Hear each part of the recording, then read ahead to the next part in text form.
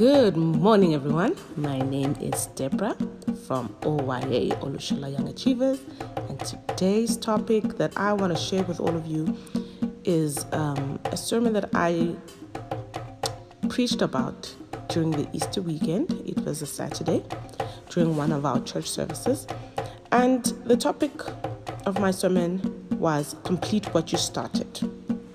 Your race, your journey, your walk. If you don't complete it, who will? And the Bible passage that I took it from was Exodus chapter 14, verse 10 to 30.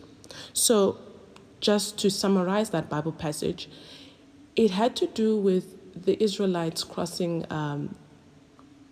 through the desert and encountering the Red Sea.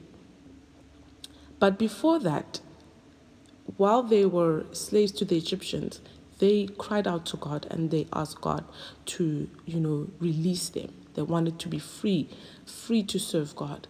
And God heard their prayers by sending Moses.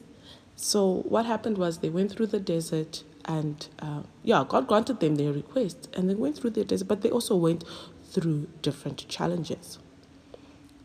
And what I want to highlight is first, there's a beginning, and your beginning starts with a desire, a vision, a need.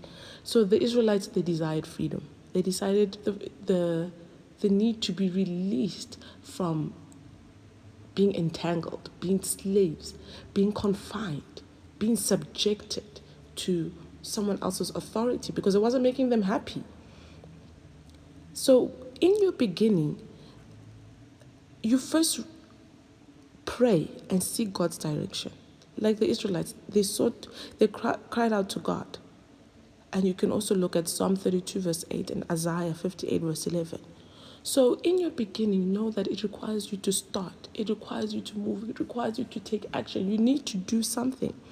It also requires you to have faith in what you are about to do. The path will not always seem clear, but God will lead you. Look, the Israelites got to the Red Sea and they felt stuck. They felt like this is it. This is the end. Like we wanted to escape. We shouldn't have, because what was the point? It will seem like that at times that we will encounter stumbling blocks. We'll encounter something that will make us doubt, that will create fear and anxiety and worry in us, can leave us depressed. So in your journey, you will encounter uncertainties, especially when you do entertain or when you allow yourself to be subjected to fear and doubt. Even when you discuss your plans with other people, it's better for you to say less and do more. When the Israelites got to the Red Sea, they felt defeated.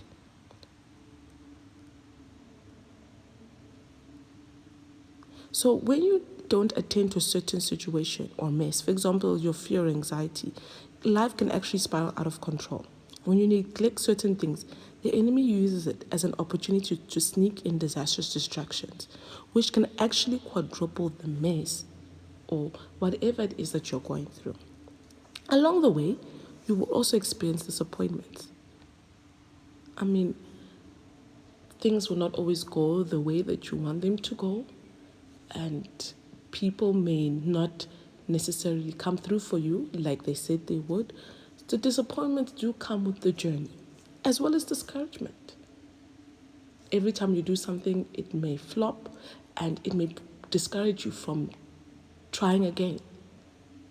It is part of the journey, but doesn't mean that we should give up. Because you never know when your breakthrough will come. Just because you attempted it once doesn't mean that it's the end. It could just be the beginning. Remember, even when something doesn't work out the first time, you gained an experience. It's an opportunity to do things a different way, a better way, God's way. You also experience temptations. When you're tempted, God will always provide a way out. You see, you have to be careful here. People will be tempted to buy your idea, gain shares into an idea. But is that really what you wanted?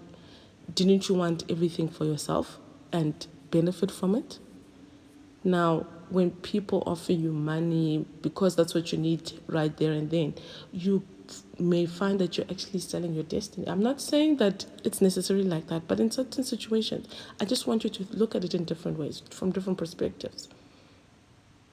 That at some point you'll be like, okay, now that people I sold part of my company to, we don't always seem to agree, and it becomes a problem, and you feel like your ideas now are not getting heard because now all those who invested have more say in something you created, something you have been working hard to build.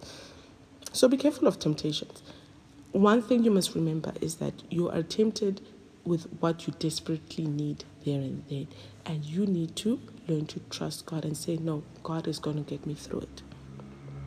You will also encounter obstacles. Like the Red Sea was an obstacle. You can see it as an obstacle. We have many obstacles in our lives. We have many Red Seas in our lives where we experience oppositions.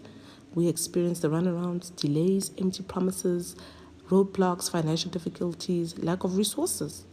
Those are obstacles in our lives that we have faced. And then it's like a stop sign. It's like, and we feel like it's holding us down, making us stuck, unable to move, unable to progress. And it can be very frustrating. So the journey will be rough and tough, but you must continue to move forward. And you can also read from Philippians 3, verse 14. Always move forward, no matter what. Your situation doesn't have to make you stuck. You don't have to have a mind block just because of a temporary challenge. So towards the end of the journey, I want you to understand your breakthrough is in your faith in God. Your breakthrough is in your determination and persistence to complete what you started. All these obstacles, look, they can either build you or destroy you. They can help you progress or they can make you stuck. But you have a choice to make. Obstacles are challenges, but they're not the end of your journey. Overcome them. Like when you go on an obstacle course, there will be some that are so hard, some of them so tough, some of them that will literally make you feel like all the breath inside of you is running out. No, you find ways, because just because you see an obstacle doesn't mean there's only one way to overcome it. There are multiple ways. You just need to discover the one that best suits you, your capabilities, your potential. Sometimes you have to come out of your comfort zone. Never look back. It's a distraction. Don't look back at your past. Don't look back at what other people are doing. Look, the story of Lot's wife, I think it's a good example, because she was warned, don't look back. Because fine, this is where you live, this is where you come from. But God wanted you out of there for a reason, because He was not happy with what was happening there. He wasn't happy necessarily with the lifestyle that was taking place there. So she looked back, and that poses a distraction, because it made her pause. It made her stop. And she was meant to continuously move forward. So when you look back, you find that you can't move in the right direction. When you look back, you find that you are veering away from your path. That's why we don't drive while looking back, because we're not going to drive straight. We're going to veer off the road, have an accident. And that is what happens. It poses as a distraction. Your milestones, for example, your degrees, marriage, children, job opportunities, finances, they're not excuses to not complete what you started. People tend to make excuses. Oh, no, because I had a child. No, I have to, the money has to go to school fees. Look here, life continues. Your children will grow up. Your husband will do what he needs to do. What about you? What are you doing about yourself? Don't make the fact that you have to work as an excuse not to do what you need to do in your life. What you've always strived for, what you've always dreamt of, what you've always envisioned for your life. Don't use this as a crutch, as a way to conceal anxiety, or as a way of compromising. Because at the end of the day, you're the one who's going to live with your regrets and the guilt and the what ifs. Is that what you want for your life? Never give up. The enemy wants you to fail and give up. Don't give up on yourself, because God has not given up on you. Thank you, guys. Continue to watch out for Oya. Subscribe. We have a YouTube page, Instagram, Facebook, Twitter, Tumblr, WhatsApp, you name it. Find us there. Remain phenomenally blessed.